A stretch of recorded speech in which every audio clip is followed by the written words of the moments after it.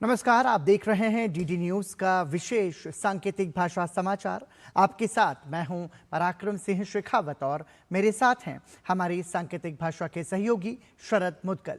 समाचार की शुरुआत करेंगे सुर्खियों के साथ। राष्ट्रपति ने आदिवासी छात्रवृत्ति लाभार्थियों के साथ किया संवाद। कहा, सरकार आदिवासी छात्रों के लिए लगातार प्रयासरत। देश के विकास के लिए समाज के हर वर्ग के विकास को बताया जरूरी।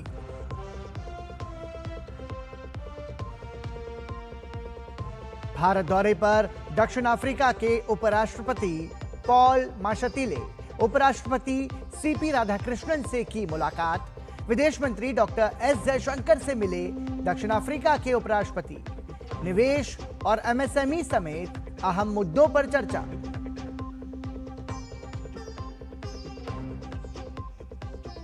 भारत यूके एफटीए समझौते को लेकर दिल्ली में अहम बैठक। केंद्रीय मंत्री पीयूष गोयल से मिले ब्रिटेन के व्यापार सचिव। समझौते से खुलेंगे संभावनाओं के द्वार।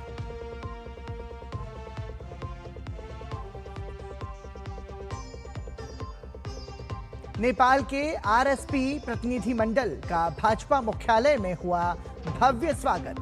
भाजपा अध्यक्ष नितिन नबीन से मिले आरएसपी अध्यक्ष रवि लामिछा ने प्रधानमंत्री नरेंद्र मोदी के नेतृत्व वाले शासन मॉडल का हुआ जिक्र। जनमत में युवाओं की भूमिका पर विचार विमर्श।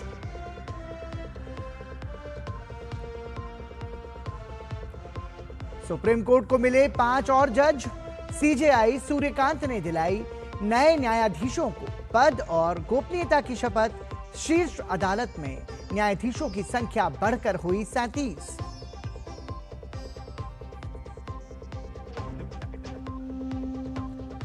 और भारत और इंग्लैंड की महिला क्रिकेट टीम के बीच 3 मैच की T20 सीरीज का तीसरा और फाइनल मुकाबला आज टैंटन में। दोनों की नजर जीत के साथ कब्जा जमाने पर।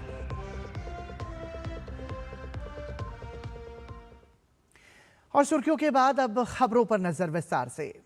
केंद्रीय वाणिज्य एवं उद्योग मंत्री पीयूष गोयल और ब्रिटेन के व्यापार एवं वाणिज्य मंत्री पीटर काइल ने आज राजधानी दिल्ली में मुलाकात की।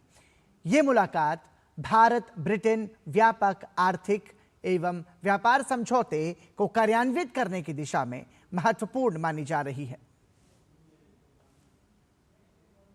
केंद्र सरकार ने अप्रवासन और विदेशी नागरिक संबंधी नियमों यानी कि इमिग्रेशन एंड फॉरेनर्स रूल्स 2025 में बड़ा बदलाव किया है। अब विदेशी नागरिकों के पंजीकरण संबंधी नियम बदल गए हैं। आपको बता दें कि नए प्रावधान के तहत 180 दिन या उससे कम अवधि के वीजा पर भारत आने वाले विदेशी नागरिकों को अगर वो वीजा अवधि से अधिक समय तक भारत में रहना चाहते हैं तो 180 दिन की समय सीमा खत्म होने से पहले उन्हें अपना पंजीकरण कराना अनिवार्य होगा। नए नियमों में साफ किया गया है कि ऐसे मामलों में पंजीकरण केवल आपात परिस्थितियों में ही मंजूर किया जाएगा। इसके साथ ही भारत में जन्मे विदेशी नागरिकों के बच्चों के लिए भी प्रावधान बदल दिए गए हैं। संशोधित नियमों में उन बच्चों को आंशिक राहत दी गई है जिनके माता पिता में से एक या दोनों विदेशी नागरिक हैं। पहले के नियमों के अनुसार ऐसे बच्चे के जन्म पर माता पिता को वीजा सेवाओं, नए वीजा या एग्जिट परमिट जैसी सुविधाओं के लिए 30 दिनों के भीतर ऑनलाइन पोर्टल या मोबाइल ऐप के माध्यम से पंजीकरण अधिकारी को सूचना देनी होती थी।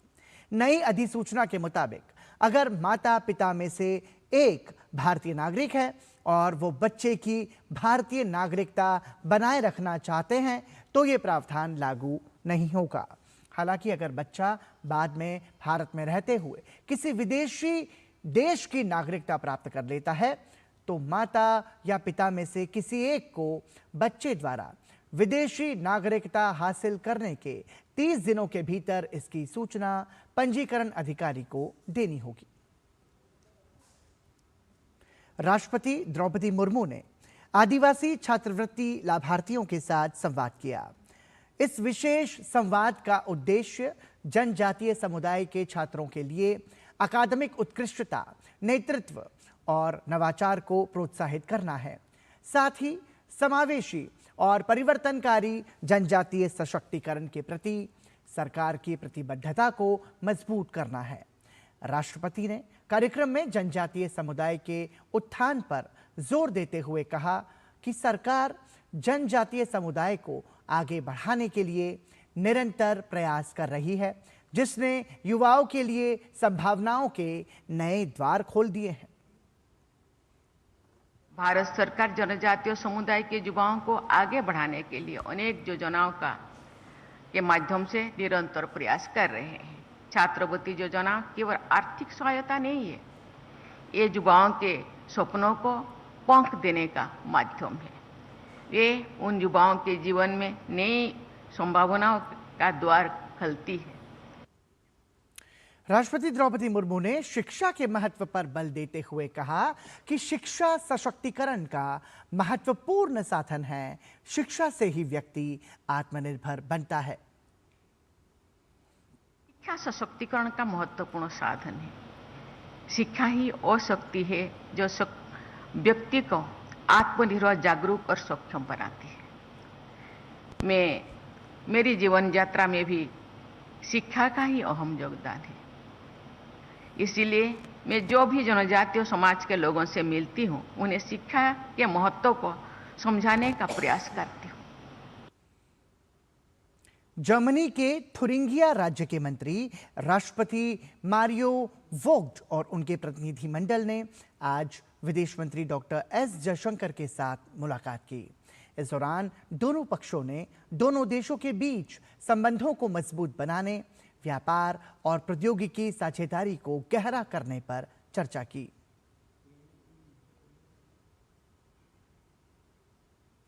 दक्षिण अफ्रीका के उपराष्ट्रपति पॉल माशातिले भारत यात्रा पर हैं। उन्होंने आज विदेश मंत्री डॉक्टर एस जयशंकर से मुलाकात की। इस मुलाकात की जानकारी एक्स पर साझा करते हुए डॉक्टर एस जयशंकर ने लिखा, हमारी लंबे समय से चली आ रही साझेदारी को और गहरा करने के प्रति उनकी दृढ़ प्रतिबद्धता की सराहना करता हूं। व्यापार, निवेश, एमएसएमई, डिजिटल और बुनियादी ढांचे के क्षेत्र में अवसरों पर चर्चा की। साथ ही उन्होंने जानकारी दी कि दोनों देशों के बीच इस बात पर भी सहमति बनी कि भारत और दक्षिण अफ्रीका को अंतर्राष्ट्रीय मंचों पर मिलकर काम करना चाहिए। दक्षिण अफ्रीका के उपराष्ट्रपति शिपोकोसा पॉल माशातिले ने उपराष्ट्रपति सीपी राधाकृष्णन से भी मुलाकात की। दक्षिण अफ्रीका के उपराष्ट्रपति 6 दिवसीय भारत दौरे पर हैं। दोनों ने विभिन्न क्षेत्रों में सहयोग को और मजबूत करने पर चर्चा की। दोनों पक्षों ने अंतर्राष्ट्रीय मंचों पर समन्वय बढ़ाने पर भी सहमति जताई। विदेश मंत्री डॉक्टर एस जयशंकर ने सोशल मीडिया प्लेटफॉर्म एक्स पर जानकारी साझा करते हुए लिखा कि भारत ने अफ्रीका को चिकित्सा सहायता की दूसरी खेप भेजी है। इस सहायता में सुरक्षात्मक उपकरण, निदान और निगरानी उपकरण, आवश्यक दवाएं तथा पोषण संबंधी पूरक सामग्री शामिल है। उन्होंने लिखा कि यह कदम स्वास्थ्य क्षेत्र में भारत और अफ्रीकी देशों के बीच सहयोग को और मजबूत करेगा। अफ्रीकी संघ आयोग को विश्वास है कि 43 टन वजनी ये सहायता खेप सार्वजनिक स्वास्थ्य तैयारियों को सुदृढ़ बनाने में महत्वपूर्ण भूमिका निभाएगी और इबोला जैसी संक्रामक बीमारियों से निपटने की क्षमता को बढ़ाने में मदद करेगी। सुप्रीम कोर्ट में आज 5 नए न्यायाधीशों ने पद और गोपनीयता की शपथ ली है। मुख्य न्यायाधीश जस्टिस सूर्यकांत ने उच्चतम न्यायालय परिसर में आयोजित समारोह में उन्हें शपथ दिलाई। इसके साथ ही शीर्ष अदालत में न्यायाधीशों की संख्या बढ़कर 37 हो गई है। ये संख्या न्यायाधीशों की अब तक की सबसे ज्यादा संख्या है। शपथ लेने वालों में वरिष्ठ अधिवक्ता वी मोहना, न्यायमूर्ति शील नागू, न्यायमूर्ति श्री चंद्रशेखर, न्यायमूर्ति संजीव सचदेवा और न्यायमूर्ति अरुण पल्ली शामिल हैं। हाल ही में सरकार ने एक अध्यादेश के जरिए सुप्रीम कोर्ट में न्यायाधीशों की स्वीकृत संख्या 34 से बढ़ाकर 38 कर दी थी।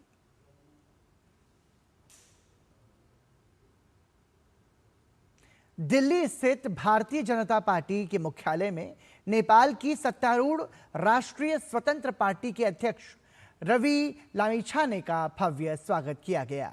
भाजपा के राष्ट्रीय अध्यक्ष नितिन नवीन ने भाजपा को जाने पहल के तहत नेपाली नेता के साथ ये महत्वपूर्ण कूटनीतिक मुलाकात की। ये बैठक दोनों देशों के राजनीतिक दलों के बीच आपसी संवाद और संगठनात्मक समझ बढ़ाने के उद्देश्य से की गई है।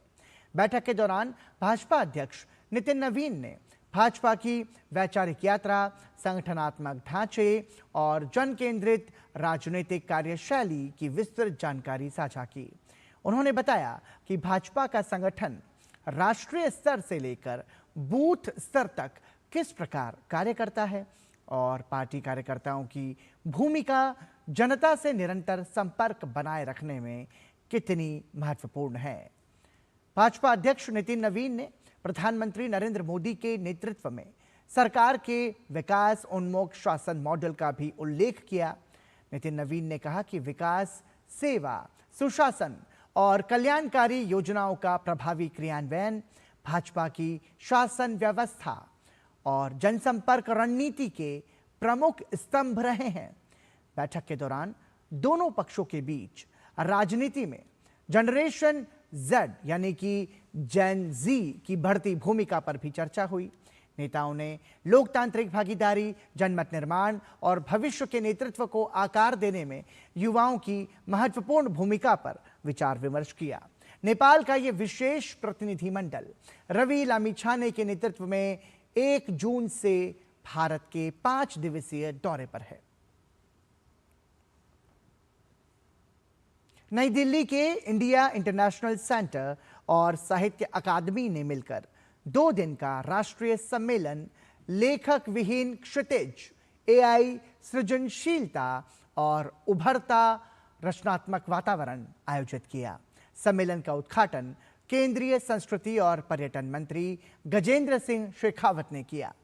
उन्होंने कहा कि तकनीक का इस्तेमाल करते समय मानव रचनात्मकता की मौलिकता, गहराई और विविधता बनाए रखना जरूरी है। AI इंसानी सृजनशीलता का विकल्प नहीं बल्कि उसका सहयोगी होना चाहिए। इसके साथ ही उन्होंने AI के उपयोग में जिम्मेदारी, संवेदनशीलता और नैतिकता पर जोर दिया। इस आयोजन का उद्देश्य ये समझना था कि आर्टिफिशियल इंटेलिजेंस कैसे साहित्य और रचनात्मकता की दुनिया को बदल रहा है। देश भर से आए साहित्यकारों, शिक्षाविदों, तकनीकी विशेषज्ञों, प्रकाशकों, पुस्तकालय विज्ञान के विशेषज्ञों और नीति निर्माताओं ने इस बात पर विचार विमर्श किया कि AI के दौर में रचनात्मकता, कल्पनाशीलता और बौद्धिक संपदा की रक्षा कैसे सुनिश्चित की जाए। हम सब लोग लेखक के उस रचना में जाकर के जिस अनुभव के संसार में प्रवेश करते हैं, वो अनुभव के संसार में प्रवेश करना ही हमको जो है AI द्वारा निर्मित सामग्री से पृथक करता है।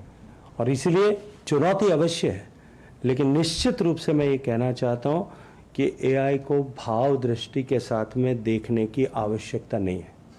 आर्टिफिशियल इंटेलिजेंस को कभी भी भावों के बराबर पहुँचे, इस तक कभी जो है अभी तो किसी हालत में संभव नहीं होगा। तकनीकी जो है ये हमारी सहायक है, ये कभी सर्जक नहीं हो सकती। ह्यूमन ओरिजिनलिटी को कभी ये रिप्लेस नहीं कर पाएंगे। क्या रुकेंगे एक छोटे से ब्रेक के लिए, आप बने रहिए हमारे साथ।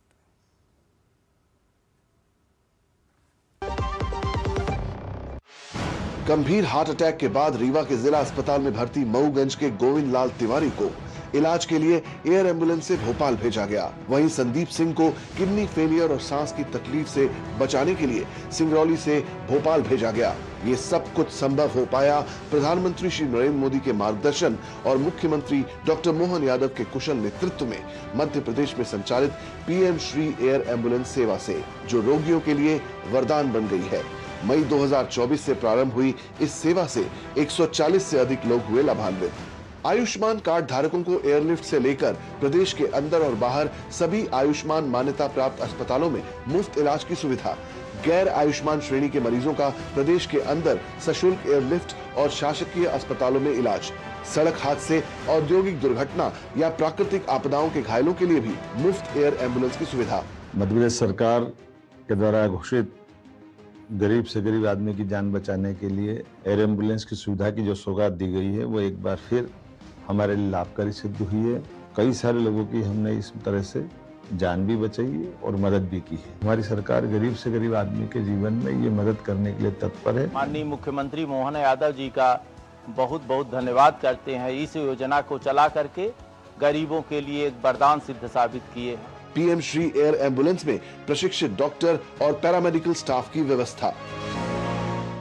जब धरती चीर कर निकलता है लोहे का पत्थर और मिलता है मोंगिया के जोश से, फिर तपता है, पिघलता है और बनता है फौलाद।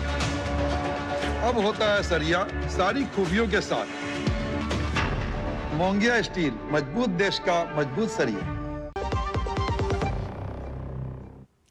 नई दिल्ली में संसद भवन एनेक्सी में 1 और 2 जून 2026 को राज्यसभा की शिक्षा, महिला, बाल, युवा एवं खेल संबंधी विभागीय स्थायी समिति की बैठक हुई। समिति का मुख्य उद्देश्य देश की शिक्षा व्यवस्था और परीक्षा सुधारों से जुड़े महत्वपूर्ण मुद्दों पर विचार करना है और उसे सही करना है। आज की बैठक में विशेष रूप से केंद्रीय माध्यमिक शिक्षा बोर्ड से जुड़े मामले उठाए गए। कक्षा 9 और 10 में लागू होने वाले 3 भाषा सूत्र के क्रियान्वयन पर भी विस्तार से चर्चा हुई। ये सूत्र छात्रों को एक साथ 3 भाषाओं में दक्ष बनाने के लिए लागू किए गए हैं ताकि उनकी भाषाई और शैक्षणिक क्षमता बढ़ सके। बैठक के दौरान सीबीएसई की उत्तर पुस्तिकाओं की ऑनलाइन चेकिंग प्रक्रिया की समीक्षा भी की गई।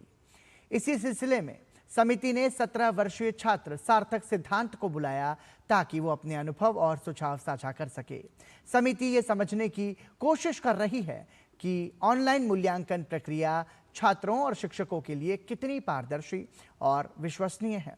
इस बैठक का उद्देश्य ये सुनिश्चित करना है कि देश की शिक्षा प्रणाली आधुनिक और प्रभावी बने और छात्रों की पढ़ाई और मूल्यांकन दोनों में सुधार हो। सभी चर्चा और सुझाव आगे की नीतियों को मजबूत करने में मदद करेंगे।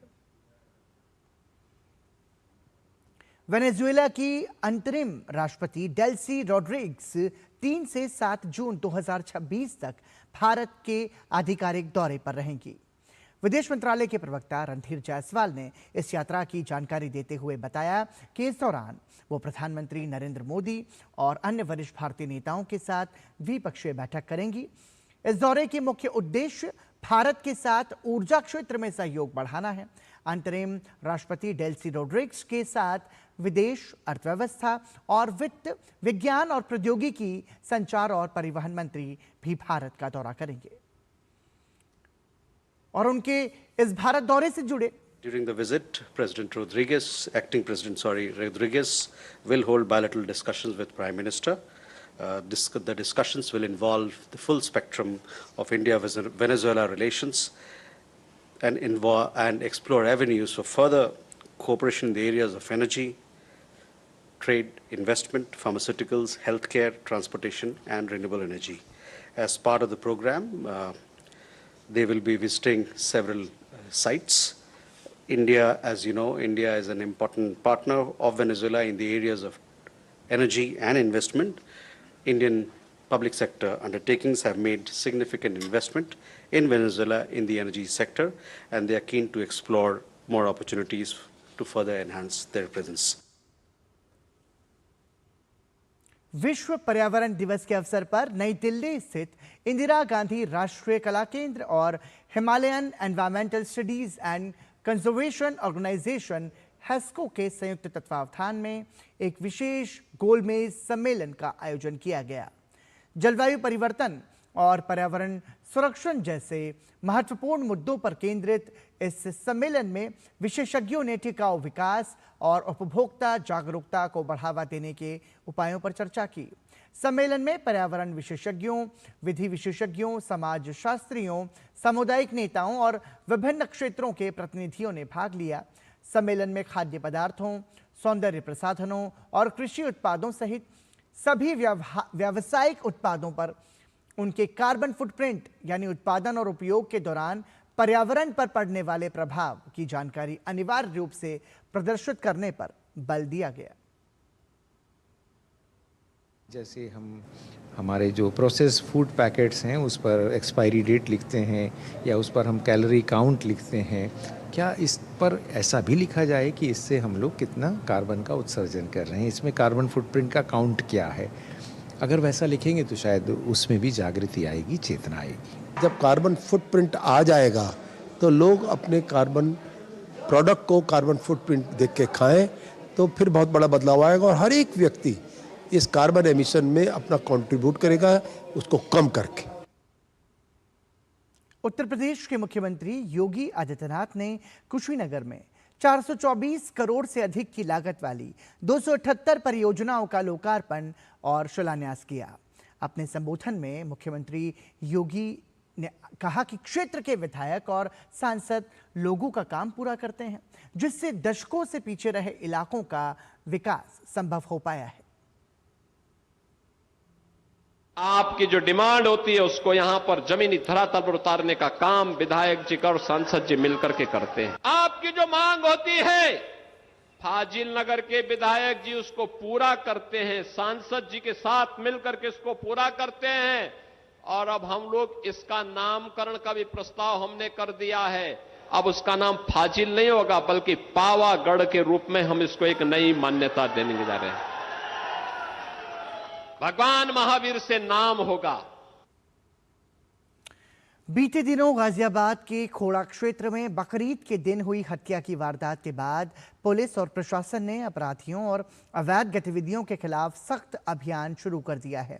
इसी क्रम में आज खोड़ा के लोकप्रिय विहार इलाके में स्थित अवैध मदरसों पर बड़ी कार्रवाई करते हुए मदरसा रहमानिया अरबिया कासिम अल उलूम को पुलिस और प्रशासनिक टीम ने सील कर दिया। कार्रवाई के दौरान मदरसे की बिजली आपूर्ति भी काट दी गई और मुख्य गेट को सील कर सीलिंग आदेश के प्रति भी चस्पा कर दी गई। गाजियाबाद डीएम रविंद्र मानदंड ने बताया कि खोड़ा क्षेत्र में 3 मदरसों को चिन्हित किया गया है, जिन पर आगे भी इसी तरह की कार्रवाई की जाएगी। वहीं पुलिस कमिश्नर जे रविंद्र गौड़ ने कहा कि पूरे क्षेत्र में सत्यापन अभियान चलाया जा रहा है और अवैध रूप से रह रहे लोगों की जांच की जा रही है। स्थानीय पुलिस के साथ में और प्रशासन के साथ में अभियान शुरू किया गया था और खोड़ा क्षेत्र में जितनी भी अवैध गतिविधियां चल रही हैं उन सभी को लेकर सत्यापन के दौरान ये पाया गया कि 3 ऐसे अभी निकल के आए हैं मदरसे जिनकी मदरसा बोर्ड से कोई मान्यता नहीं है, अल्पसंख्यक कल्याण विभाग से कोई मान्यता नहीं है। उन तीनों को पुलिस की टीम ने, प्रशासन की टीम ने चिन्हित किया है और आज उसमें सीलिंग की कार्रवाई कराई जा रही है। गाजियाबाद के चर्चित सूर्य प्रताप चौहान हत्याकांड के बाद खोड़ा कॉलोनी में तनावपूर्ण माहौल बना हुआ है। मुख्य आरोपी असद पुलिस मुठभेड़ में मारा जा चुका है, जबकि मामले में 3 अन्य आरोपियों को गिरफ्तार किया गया है। एक आरोपी अब भी फरार है, जिसकी तलाश में पुलिस लगातार छापेमारी कर रही है। स्थिति को देखते हुए खोड़ा कॉलोनी में 500 से अधिक पुलिसकर्मियों की तैनाती की गई है। मौके का जायजा लिया हमारे संवाददाता मुकेश शुक्ल ने। इस समय हमारी मौजूदगी गाजियाबाद के खोड़ा कॉलोनी में है, जहां 28 तारीख को बकरीद के दिन सूर्या की हत्या कर दी जाती है और उसके बाद यूपी पुलिस एक्शन में आती है और कातिल को इनकाउंटर करके कहीं ना कहीं पीड़ित परिवार को इंसाफ दिलाती है। और ये तमाम जो पुलिस बल आप देख सकते हैं, यहाँ भारी सुरक्षा बल तैनात किया गया है, क्योंकि इसके बाद से यहाँ पर काफ़ी स्थिति तनावपूर्ण है। ड्रोन से निगरानी की जा रही है, ड्रोन का इस्तेमाल यहाँ पर किया जा रहा है। साथ ही साथ तमाम बड़े पुलिस अधिकारी, एसडीएम, डीएम की यहाँ मौजूदगी है। यहाँ के पुलिस निरीक्षक भी यहाँ मौके पर मौजूद है और साथ ही साथ 3 मदरसों को सील कर दिया गया। बताया जा रहा है कि ये मदरसे जो थे वो अवैध रूप से चलाए जा रहे थे। वहीं यहाँ पर जो स्थानीय लोग हैं उनका कहना है कि माहौल यहाँ पर जो है असद द्वारा बिगाड़ा गया और उसके साथ जो असल हुआ, जो यूपी पुलिस ने उसका इनकाउंटर किया, वो कहीं ना कहीं पीड़ित परिवार के लिए संतोषजनक रहा। और जो मुस्लिम पक्ष मांगते हैं कि असद इस तरह का ही व्यक्ति था और जो उसके साथ हुआ वो बिल्कुल ठीक हुआ, लेकिन उसके बाद और स्थिति ना बिगड़े, स्थिति पर नियंत्रण रखने के लिए आप मेरे पीछे और ये तमाम देख सकते हैं, तमाम यहाँ पर जो पुलिस बल है वो इसी तरह से खोड़ा कॉलोनी में जो है वो तैनात किया गया। तमाम बड़े अधिकारी मौके पर मौजूद हैं और स्थिति को नियंत्रित करने की कोशिश कर रहे हैं। हम मदरसे पर भी गए, वहाँ पर भी सील करे हुए मदरसे पे हमने देखा कि किस तरह से वहाँ पर लोगों का काफ़ी जमावड़ा था और वो कह रहे थे कि मदरसे से ऐसी कोई भी गलत शिक्षा नहीं दी जा रही थी। जो असद ने किया वो एक अलग पहलू था, मदरसे को सील नहीं करना चाहिए था।